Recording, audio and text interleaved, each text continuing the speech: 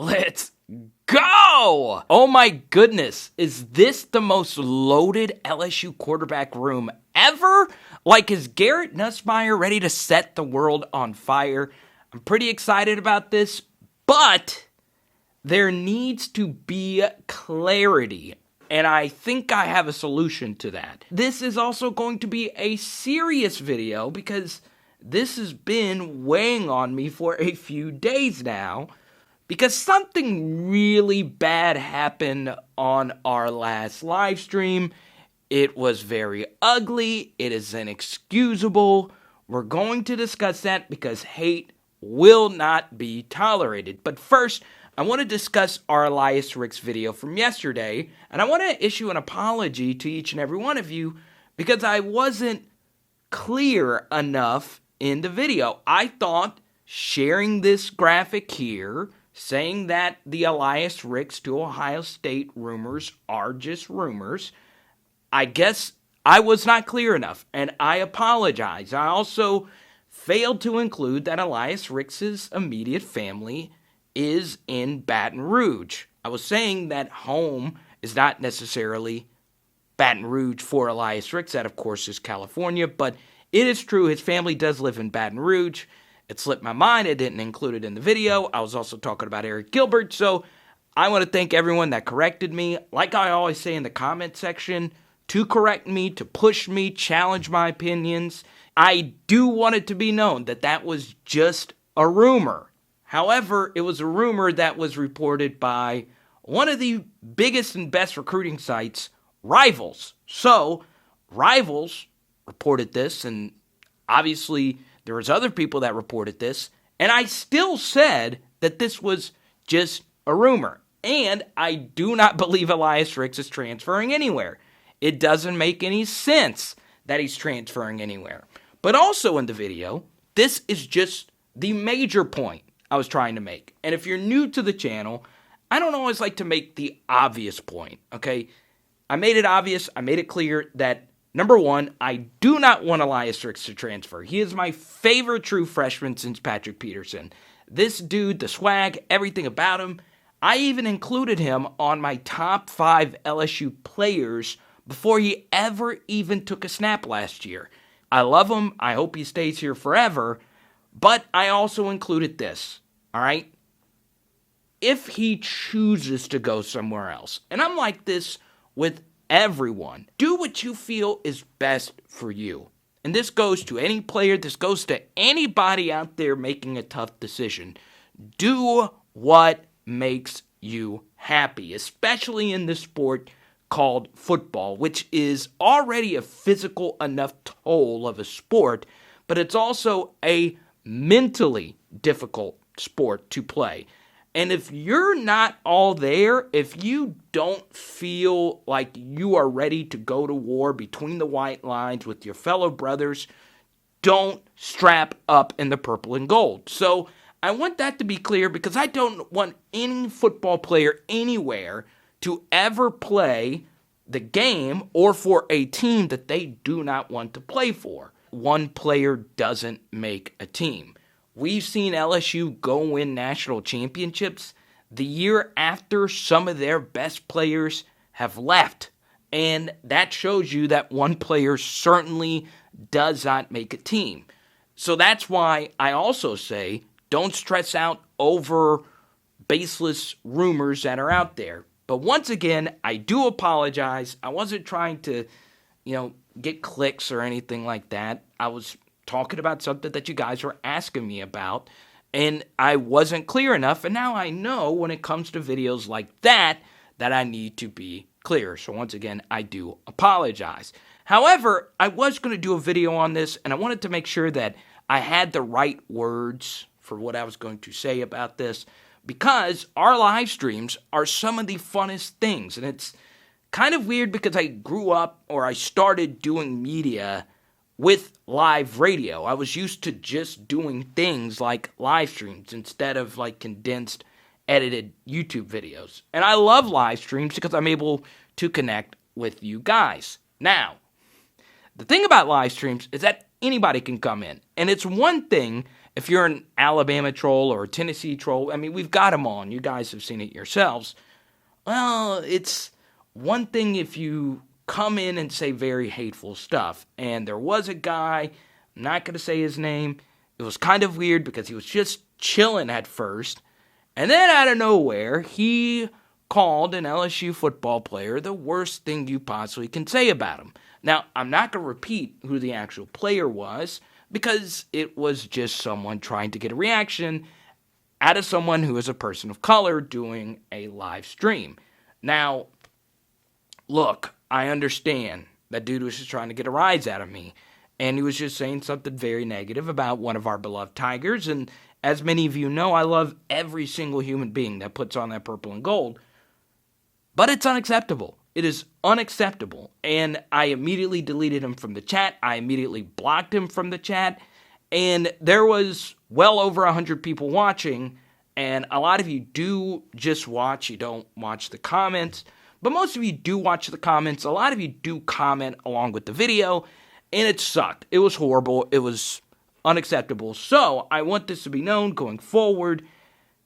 That will not be tolerated. And homophobia and all that stuff will not be tolerated, okay? I don't mind people jabbing at each other. I don't mind you guys, I wouldn't say arguing or having a discussion. I know some of you guys go back and forth, but that's the point, okay? The point is to have discussion. It is to talk about stuff regarding LSU football and just college football as a whole. We have a diverse audience. We have people watching legit from all around the world. As you guys saw last week, one of you wonderful viewers, Yusha, sent me an Italian soccer scarf. So it's great. I feel like we're building something pretty cool here.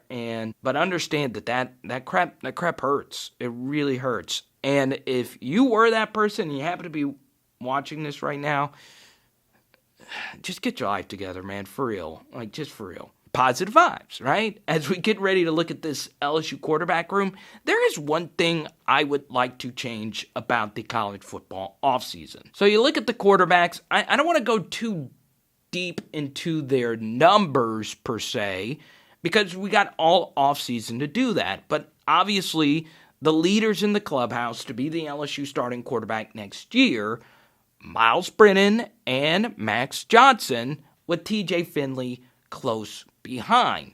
Now, we're going to get to Garrett Nussmeier in just a moment, but I do want to include this wild card.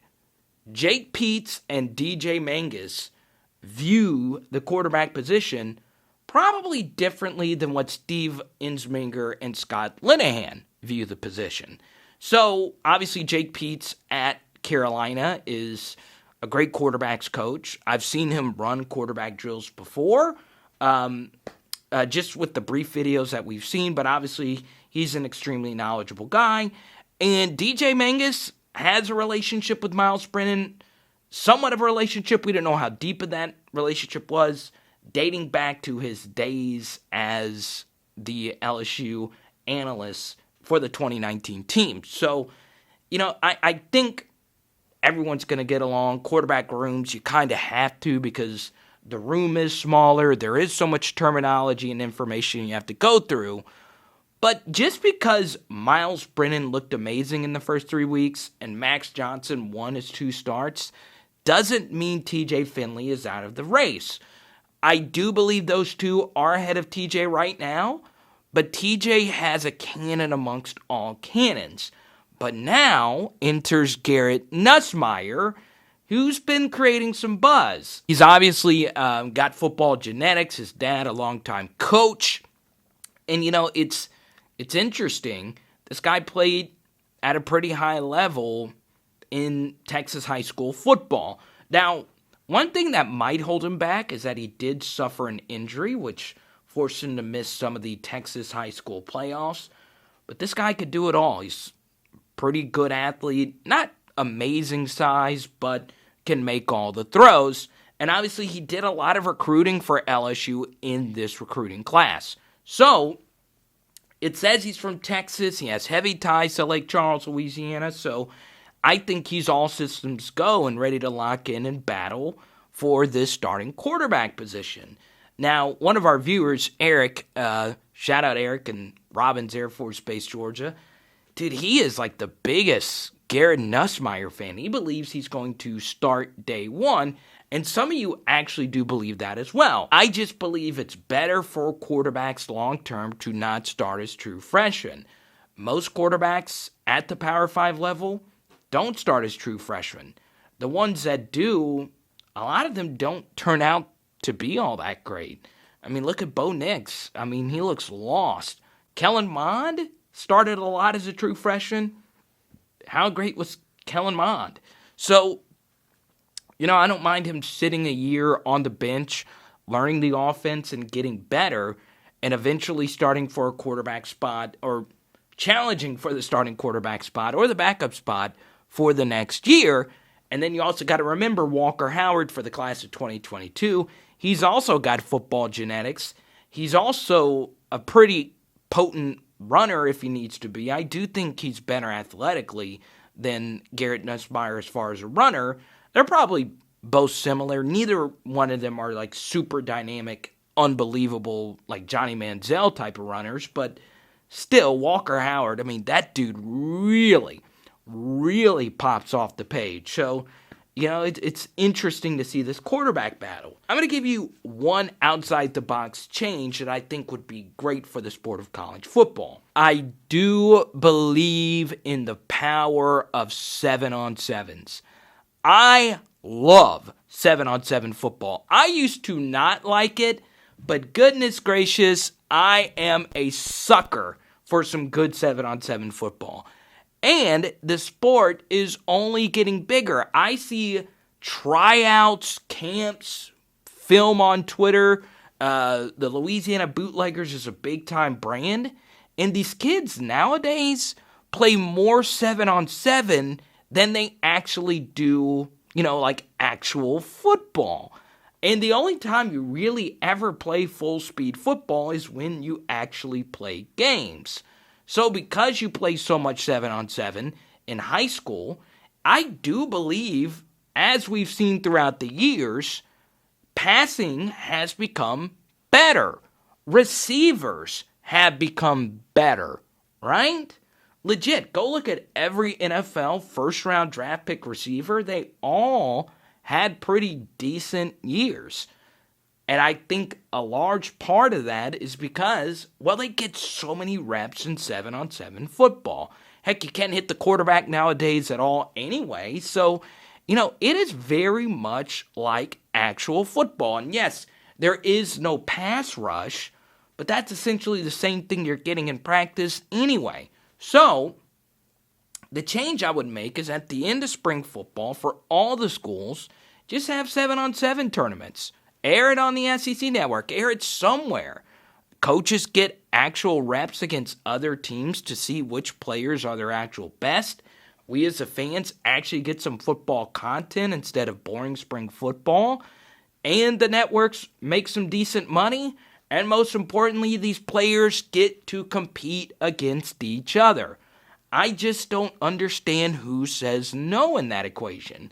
And in that equation, we get to see these Garrett Nussmeiers. Remember, in college, the backups are still celebrities.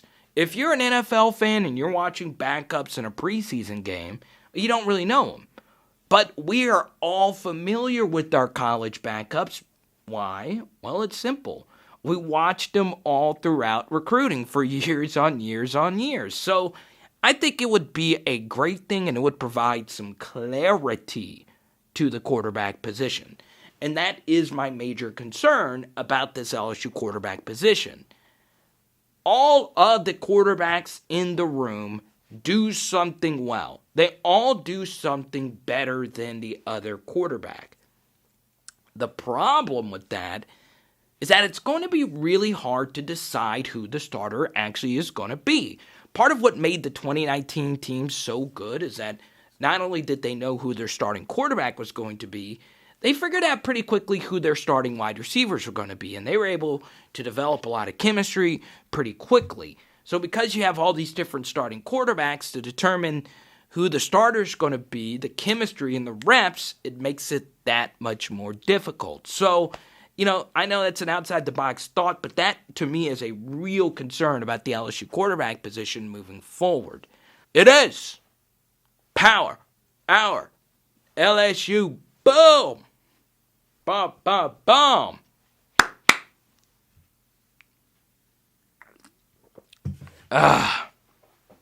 What are you eating? I know I'm kind of feeling... It's weird. I'm kind of feeling some onion rings. I've not had onion rings in a while. Tater tots are overrated. Onion rings, yes.